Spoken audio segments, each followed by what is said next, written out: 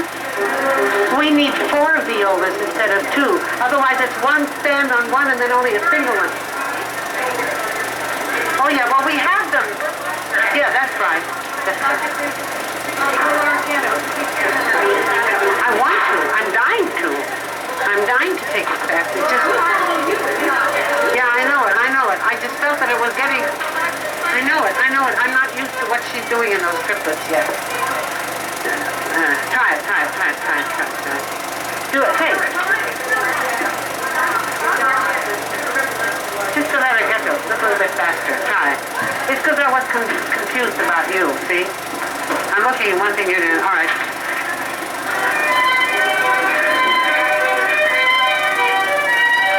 One day, I happened to make a remark because some musicians wanted to play some ensemble with me. I mean, about 9 girls. They wanted me to conduct them in some little ensemble. And I made this remark, the remark of all remarks, that if 9 girls could play together, why not 90? And so I got a couple of key women together, and I said, how many women musicians are there in New York? They said, there's stacks of them, but they don't get any chance to play an orchestra. And so I said, well, we're just going to see about that. So then I got the press at the Times and the Herald Tribune together, and I said, I'm going to form a women's symphony. And we're going to announce it, and we'll see what happens. Well, they crawl out of all of the highways and the byways and the corners and dusted off their instruments, and they said, you'll never get enough instruments. But I did. The whole full complement, 100 orchestra. We had our first concert in Town Hall, and it was a gratis one, just to interest people and to get press.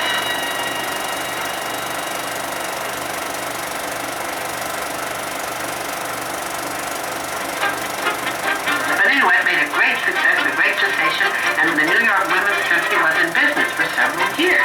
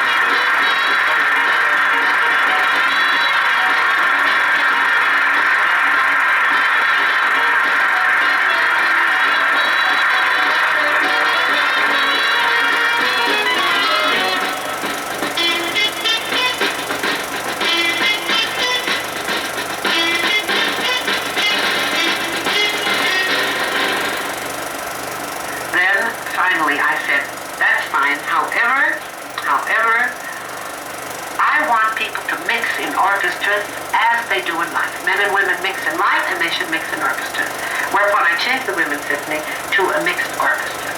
I said I wanted it that way. I have proven my point that women can play in every category of the orchestra, and I want mixed orchestra. And then they said that was no sensation anymore. The board of directors wasn't so interested.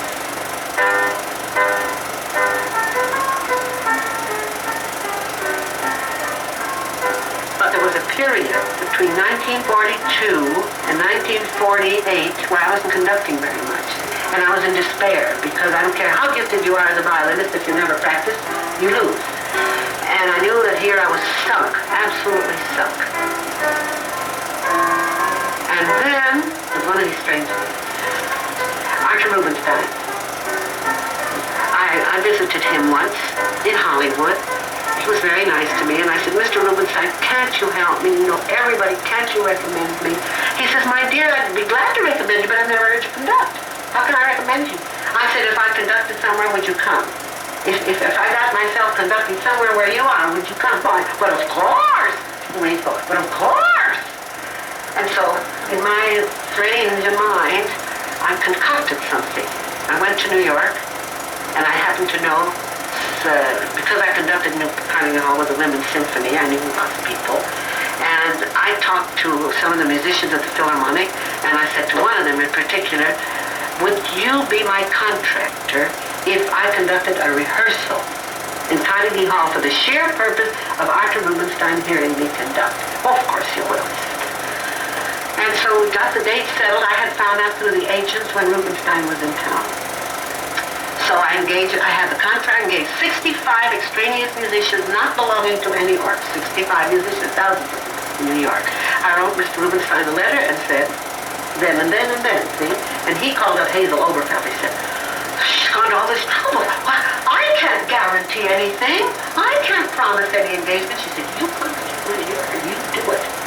Well, of course, I can't promise you goes to all that spend. I can't promise it. It cost me several $100 because I paid for the musicians, my trip back and forth, and so forth, see? So, comes Friday afternoon. See, Thursday night, Rubinstein was playing a concert in Philadelphia. And I was so scared he wouldn't come, I thought I'd better go, be sure he's going to be there. And so I went, and it was sold out, couldn't get in. Well, don't ask how I got in. I got in. I sneaked in. And I went backstage, and I didn't say anything. Loads of people congratulated, and I stood in front of him like this. And he said, Antonia Begins, what are you doing here when you have to conduct tomorrow afternoon and I have to be there? I said, that's all I know. But he said, I can't stand that responsibility, just me alone. I can't have that, he said. You must ask someone else. Bruno Walter is in town. Why don't you ask him too? Oh, I said, he won't come. He said, certainly he'll come. You ask someone? I don't want to be the only one. So I asked Stoyosky, who was my piano teacher. I called up Bruno Walter. As luck would have it, he was in town. He said, of course I'll come. Then, I forget his name, but there was a Yugoslav man who was married to Board and Milk. Of course, that's $1 million concern. And he was married to the heiress of Board and Milk. And I can't think of his name now. And I conducted, which I sort of conduct all the time, there's something important because it did so much for me. I conducted the Brahms Second Symphony. And I rehearsed it because Bruno Walter said there's no point in it if you don't rehearse. So I see how you rehearse, see? Now, of course, in German, he spoke to me. And so I rehearsed. Judy, listen to this one part, will you please? Well, we have... So Bruno Walter and Rubinstein gave me this tremendous recommendation. And then I sent these recommendations to Sibelius of Bruno Walter and of Rubinstein. He got in touch with the Helsinki Philharmonic, something he told me he never did because if he ever started recommending people, they'd all want him to. And the Helsinki Philharmonic wired me and said that because Sibelius asked me, would I accept a couple of engagements in Finland? Would I accept in Finland? And so then, that next winter of 46, the big winter, I conducted in Finland, in Yugoslavia, in London, and in the thing that meant practically the most in all the world to me, my native land in Holland. One, and two, and three, and four, huh? Yo, you know what that is, huh? Barbara, you know that, huh? One,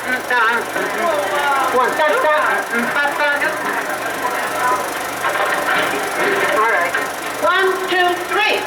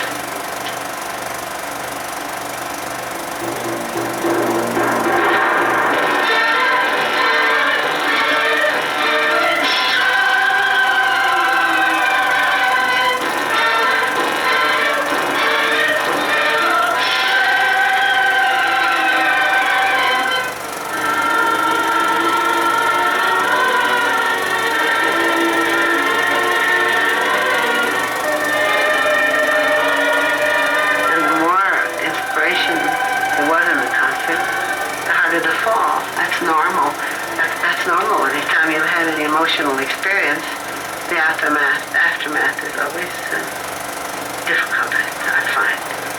I know I conducted the Verdi Requiem in Carnegie Hall. The first time I ever conducted it. I had just one performance. Oh my word. I'll never forget that. I was so in a state of collapse, and there was a big party given for me. And I was such a daze after the performance. Complete daze. And there were friends and crying, and there were friends who said, the kindest thing you can do is to take her home. And then a very good friend of mine stayed all night with me, and I did nothing but cry all night. I wouldn't stay in my room. I stayed in the hotel.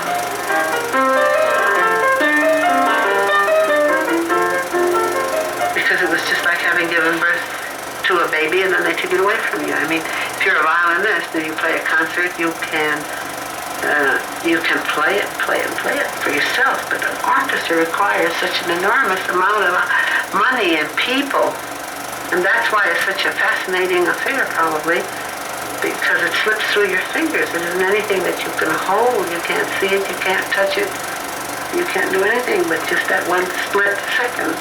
And as I said, the piano you can play in the privacy of your domain, but conducting is a public affair. From the word go, you have to have people to conduct and people to listen. No, I don't think it's the power. I don't think that's it. I think it's the feeling of a painter with a palette, and you take one color and do this to it, another color and do that. It's a fluid proposition. It doesn't stay stagnant. And there's density to it. I feel that that's three-dimensional. That when you really dig into interpretation, it just speaks to a person in a certain manner.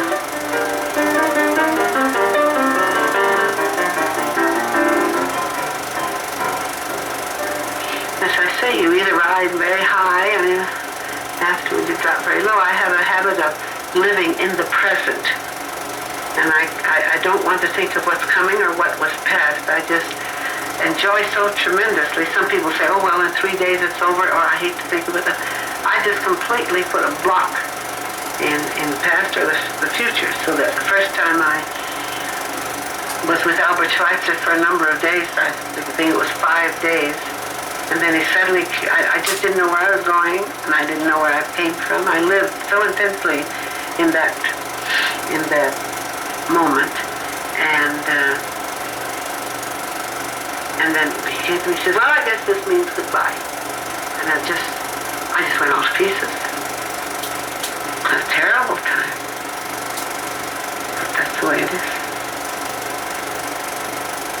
What was it like being with him?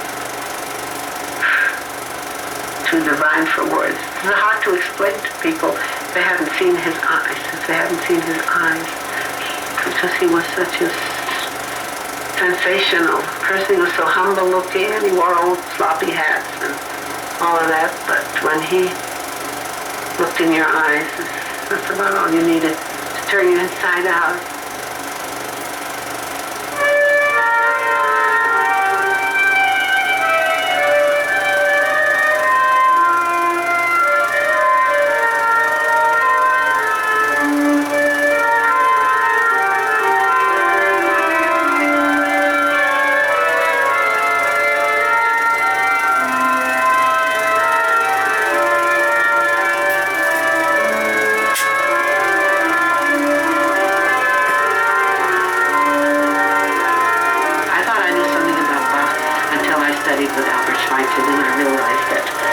So much to learn. We always had our duties, and then while he would be talking to somebody about tropical medicine and somebody else about building the leper hospital, then he takes me down in this particular phrase, you do thus and so. And then he would talk to me for hours at a time at night next to his little piano with organ pedals, and he would sit there and explain everything like that to me, and I played for him, and he taught everything. But it isn't just music I learned from him. life and so many things, impossible to describe in a few minutes what it meant to be with a man like that for 15 years. And who was knowledgeable in so many fields. Simple person.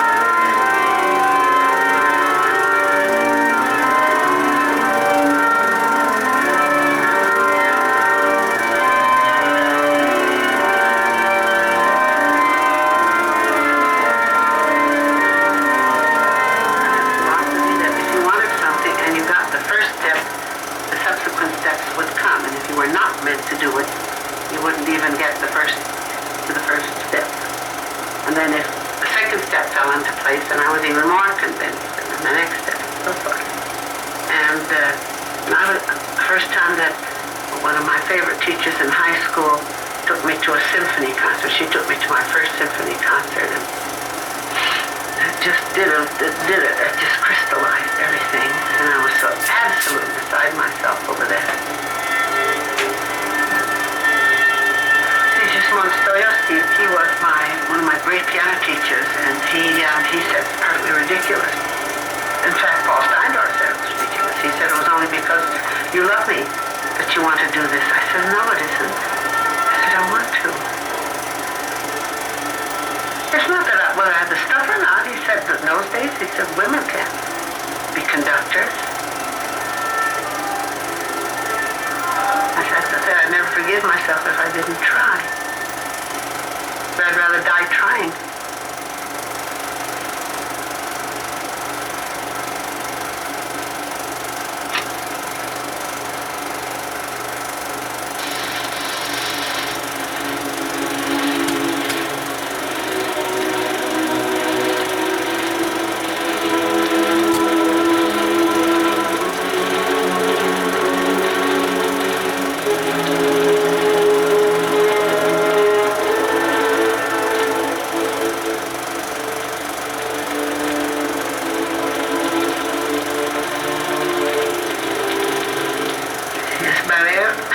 Soloist there, but he was also my soloist here. When I first came to Denver to live, he played it up with me. And then I just got out of a very sick bed. The only thing was, that was the year when they started sulfa. They hadn't had penicillin yet, but they started to have sulfa, and it made me deaf. And I couldn't hear the high tones. And there was one part, Barrère, just jerked me into the time because it was a precarious situation. Was he upset? No, he knew I was sick. Mostly Russians. Ashkenazi, Richter, Gilel,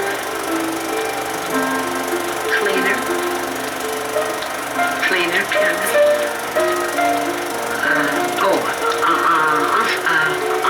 Philippe Entremont. Oh, and the Spanish.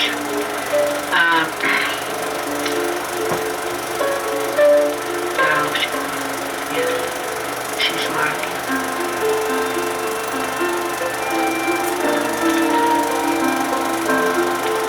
When I was studying piano, it was just when many, many great pianists were rather at the end of their lives.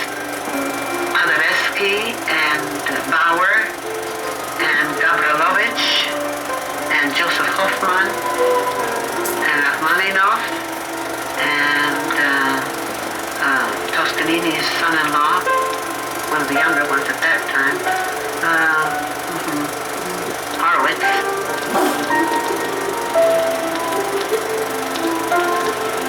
I'll tell you what the first class conductor who was, and he's pretty old now, and that was Sir Adrian Bolt. I knew him very well. In fact, he was the one who pushed through that I conducted the London Philharmonic. He has technique. He has beton. He is very great. I met Stravinsky, and I saw, but I didn't meet him, Ravel, and of course Sibelius, the greatest. Did Sibelius ever hear you conduct his music? Yes. I have wonderful letters from him to that extent. Yes, he did. It was he who arranged for me and conducted Finley as much as I did.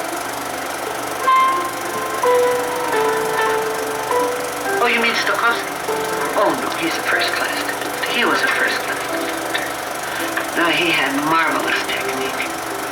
No, he was a first-class conductor. I didn't agree with all of his interpretations of the classics. But you hear Debussy from him, and no, he had first-class technique. He was, oh, Monteur, that was another. And Anserme. No, Anserme, the Swiss. They're all gone now. Clappers.